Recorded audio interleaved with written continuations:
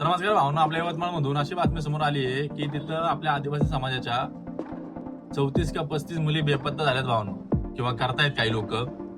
त्या मुलींना विकतायत, त्यांचं धर्मांतरण करतायत. या सगळ्या गोष्टी आपल्या आदिवासी समाजाच्या मुलींसोबत घडतायत भावना. तिथं हे मागच्या 6 महिन्यामध्ये 34 का 35 मुलींसोबत घडलेलं आहे. आता विचार करा, तुम्हाला एक गोष्ट सांगतो भावनो, आणि खास करून आपल्या आदिवासी समाजाला आणि जे गोरगरीब आहेत भावनो, ज्यांना खास करून मुली आहेत, त्या लोकांना नक्की सांगतो. आणि तुम्ही ही बातमी ऐका आणि हे आकडेवारी पण ऐका, कारण हा जो प्रकार घडलाय ना, हा मागच्या 6 महिन्यामध्ये 35 मुली गायब झाल्यात, बेपत्ता झाले, धर्मांतरण झाले आणि त्यांना विकले गेले.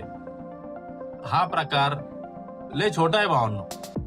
जर तुम्ही आकडेवारी जर बघितली ना, मागच्या 2 वर्षाची बघा आणि या 6 महिन्यामध्ये किंवा एप्रिल पर्यंत, जानेवारी पासून जर बाकीच्या समाजाच्या बघितल्या किंवा कुठल्याही समाजाच्या किंवा टोटल सगळ्या समाजाच्या मुली जर बघितल्या ज्या बेपत्ता झाल्यात किंवा जे मिसिंग झाल्यात, त्यांची आकडेवारी जरा वेगळी भावना, विचित्र आहे. 2024 मधला आकडा तुम्हाला सांगतो. 2024 मध्ये 45,662 महिला आणि 11,316 लहान मुली बेपत्ता झाल्या. त्याच्यापैकी सापडले किती जणी?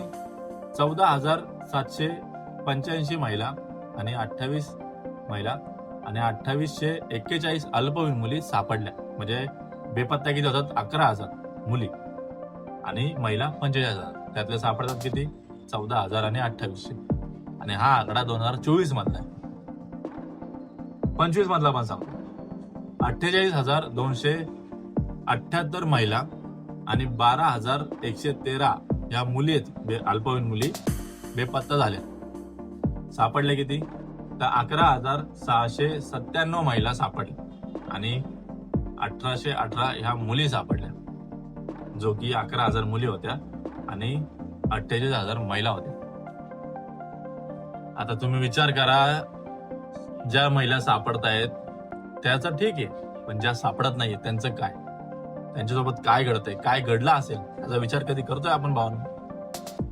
कारण हे 2 वर्षामधली आकडेवारी आहेत, ज्या महिलांचा किंवा ज्या मुलींचा पत्ताच नाही भावना कोणाला, ना सरकारला आहे ना पोलिसांना आहे, कोणाला माहितीच नाही त्या मुलींसोबत किंवा महिलांसोबत काय घडलं. आणि ज्या गायब होतात ना भावना, किंवा ज्या गायब झाल्या असतील त्या 100% आपल्या गरीब सर्वसामान्य लोकांच्याच मुली असतील भावना.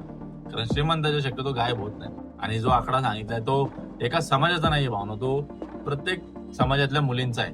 आता नशीब चांगलं म्हणायचं की हे प्रकरण बाहेर आलं यवतमाळ मधलं आणि आपल्याला समजलं की मुलींसोबत काय काय घडतंय. विकलं जातंय त्यांना वस्तूसारखं, त्यांचं धर्मांतरण होतंय जबरदस्तीने, दुसऱ्या राज्यांमध्ये नेलं जातंय. आता ह्याच्यापेक्षा विचित्र काय प्रकार घडत असेल तर आपल्याला नाही माहिती. ते आता या प्रकरणामध्ये आपल्याला कळेल की काय काय घडत असतं मुलींसोबत. पण एक गोष्ट तुम्हाला नक्की सांगतो की कुणाला घेणं देणं नाही पडलं की आपल्या मुलीची जबाबदारी आपल्यालाच घ्यावी लागते भावनो.